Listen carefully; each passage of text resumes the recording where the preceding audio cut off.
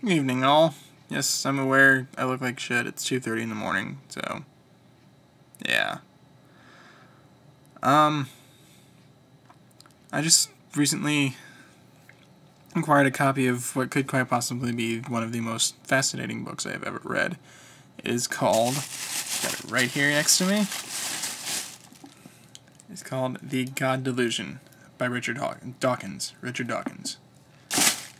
2:30 in the morning. My bad. Anyway, this is quite possibly one of the most fascinating books I've ever read. Like I said, that's stupid. What the fuck is that? Oh. Anyway, fuck, what was I talking about? God Delusion. Yes, this is basically the book I've been looking for my entire life. I recently dropped out of the Catholic Church because I didn't like where I was going with it. It wasn't giving me any of the satisfactory answers I was looking for. I was told to leave it up to faith too many times, and as a man of science, I cannot do that. I have to search for the answer. I don't care if I come up with it. I don't care if I come up with the right answer. I don't care if I come up with any answer. I have to keep searching for it. I'm not just going to leave it up to faith and the answer will plop down right in front of me. And basically, because of this book, I now have a term to define my religious views, I guess you could call them. Not really religious, but what I believe in is a system called, I think it's pantheism. Kind of an interesting concept, really, pantheism. I can find it here. Pantheism, he's got an entire section on here. There we go. Well, not an entire section, but he's got a couple sentences on it. Pantheists don't believe in a supernatural God at all, but use the word God as a non-supernatural synonym for nature, or for the universe, or for the lawfulness that governs its workings, which is essentially what I've grown to believe in. I never knew it had a particular name until I didn't even know it was an actual system, an actual belief system, until I read this book.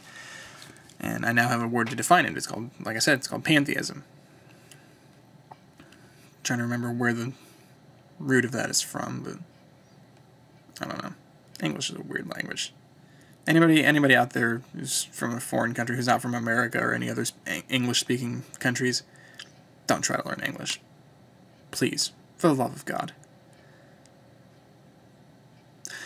Don't try to learn English. It is quite possibly one of the hardest it is quite possibly one of the hardest languages to learn ever. It is not like for example, I'm in the process of learning Japanese right now, and it is such a, once you get the basic grammar and some vocabulary down, the structure and the grammar are actually quite simple, comparatively speaking. The English language, it relies so heavily on context and slang that trying to learn it, especially nowadays when nobody can speak it properly anymore, it's just not worth it.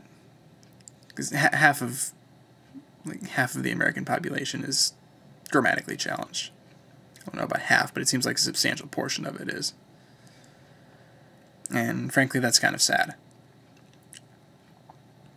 And if you've grown up in an English environment, you should be able to speak the language, for God's sake. Why do I keep doing that? But anyway, that's all I've got for today. Again, I apologize for looking like crap because it's 2:30 in the morning. Now it's 2:30 in the morning. It was 2:25 when I started, but yeah. That's all I got. See you guys later. Where's the off button? There's